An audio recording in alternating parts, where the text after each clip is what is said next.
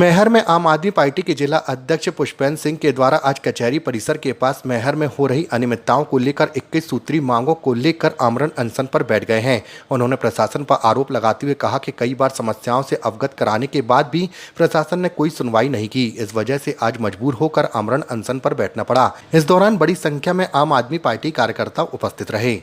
ये हम 21 सूत्री मांगों को लेकर आमरण अनशन कर रहे हैं, पर ये मैहर की बड़ी विडंबना है कि इन समस्याओं के बारे में एक बार नहीं 4 से 5 बार प्रशासन को ज्ञापन और शिकायत के माध्यम से अवगत करा चुके हैं। बावजूद उसके आज तक जो है सुनाई नहीं हुई, जिसके लिए आज मजबूरन हमको इस कदम को उठाना पड़ा और आज से हम आमरण अनशन के लिए बैठ चुके हैं।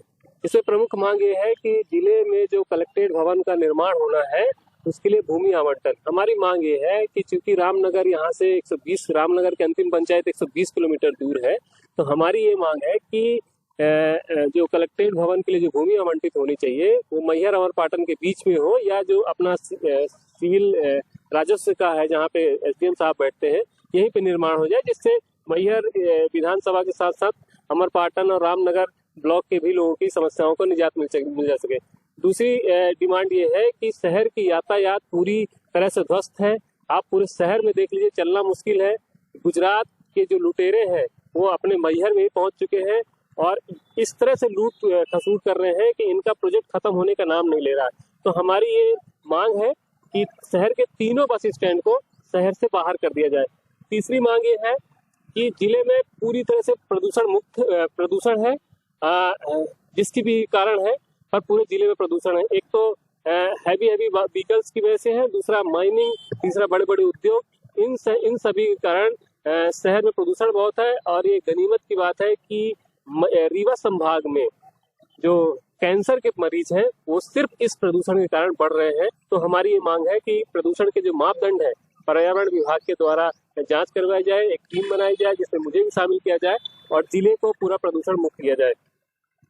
बेरमा में गौशाला और क्या कहते हैं टमाटर मंडी का निर्माण करा जाए। उसके बाद बरगी नहर जो अभी काम चल रहा है उसके लिए सरकार ने काम शुरू कर दिया है, पर अभी तक भी किसानों को जो है उचित मुआवजा या किसी प्रकार का कोई मुआवजा नहीं दिया है। चौथी ये है कि टावर लाइन 2012 से किसान, अब टावर लाइन जो पावर ग्रिड द्वारा जो टावर लाइन लगाए गए हैं, किसान दर परेशान है। जबलपुर हाई कोर्ट का 1 बार 2 बार 3 बार आदेश आ चुका है, बावजूद उसके अभी जिले के बहुत से किसान हैं जिनको अभी उचित दर जो मुआवजा है, जो कलेक्टर दर निर्धारित हुई थी कि 12 लाख रुपए प्रति टावर और 3,000 रुपए प्रति मीटर के हिसाब से मुआवजा देना है, वो अभी तक जिले के लोग नहीं, किसान जो है मुआवजा नहीं मिला है। एक पांचवा ये है कि जिले में आदिवासियों की भूमि में यहाँ के भारतीय जनता पार्टी के नेता मिलके प्लस भूमाफिया मिलके और बड़े बड़े उद्योग मिलकर आदिवासियों की जमीन को खुर्द-बुर्द किया है।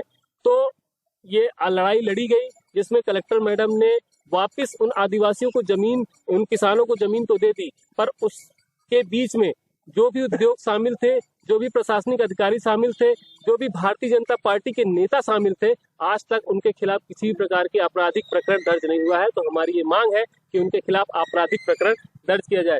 दूसरा, अस्थायी कर्मचारी और ठेका मजदूर की श्रम मंत्रालय के द्वारा पिछले साल से अप्रैल से वो आ चुका है, आदेश आ चुका है, बावजूद उसके आज तक भी जो है न्यूनतम अस्थायी कर्मचारियों के लिए न्यूनतम वेतन या ठेका मजदूरों के लिए न्यूनतम वेतन और जो 1 साल का एरियस है वो अभी नहीं दिया जा रहा।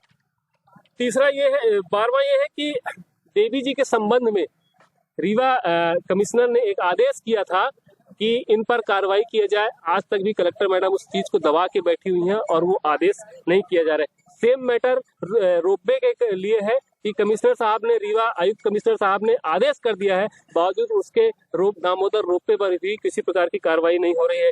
बंधा बैरियर, जिस पर ये बड़ी गनीमत की बात है कि जब उसका टेंडर हुआ था उसकी मिनिमम वैल्यू 1 करोड़ 60 लाख थी।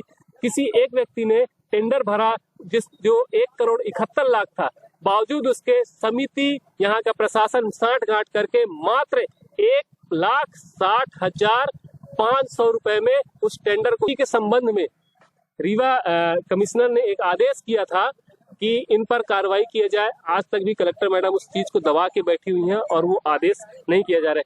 सेम मैटर रोपवे के लिए है कि कमिश्नर साहब ने, रीवा आयुक्त कमिश्नर साहब ने आदेश कर दिया है, बावजूद उसके दामोदर रोपवे पर भी किसी प्रकार की कार्रवाई नहीं हो रही है। बंधा बैरियर, जिस पर ये बड़ी गनीमत की बात है कि जब उसका टेंडर हुआ था उसकी मिनिमम वैल्यू 1,60,00,000 थी। किसी एक व्यक्ति ने टेंडर भरा जो 1,71,00,000 था, बावजूद उसके समिति, यहाँ का प्रशासन साठगांठ करके मात्र 1,60,500 रुपए में उस टेंडर को दे दिया, और जिसने 1,71,00,000 भरा था उसको उस टेंडर नहीं मिला। ये पूरी तरह भ्रष्टाचार है। तो हम ये चाह रहे हैं कि उस टेंडर की पुनः जांच हो और जो भी दोषी प्रशासनिक अधिकारी हैं, समिति के लोग कर्मचारी हैं, उन पर कार्रवाई की जाए। ग्रामीण अंचलों की सड़क की बात है, चाहे वो बदनपुर बारा मार्ग हो, रिवारा जो है का मार्ग हो, बराही का मार्ग हो, गुरैया पचंगवा का मार्ग हो, और मुख्य मार्ग से अमिलिया का मार्ग हो, ये हो। और एक और प्रमुख मांग है कि अभी पिछले कुछ महीने पहले हमारे मध्य प्रदेश के डिप्टी सीएम राजेंद्र शुक्ला जी आए थे और उन्होंने एक घोषणा की थी कि जिला अस्पताल का जो निर्माण है वो आपके अरकंडी के कचरा प्लांट में होना है।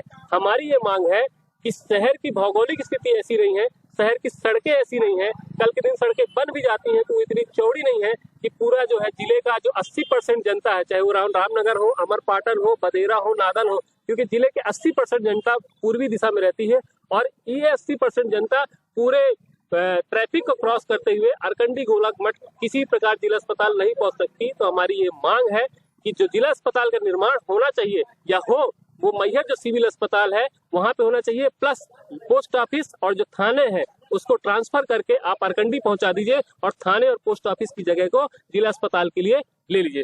तो ऐसे बहुत सी मांग है। आबकारी विभाग जो है भाटिया ग्रुप के साथ मिलकर राजस्व को क्षति पहुंचा रहा है। जिले में भाटिया ग्रुप के शराब की दुकानें संचालित है और एक भी किसी भी शराब की सिंगल दुकान में जो है आपके रेट लिस्ट नहीं लगेगा और उससे क्या है राजस्व को नुकसान हो रहा है। तो ऐसी कई और मांगे हैं जिसके लिए हम अमर अनशन के लिए आज से बैठे हुए हैं।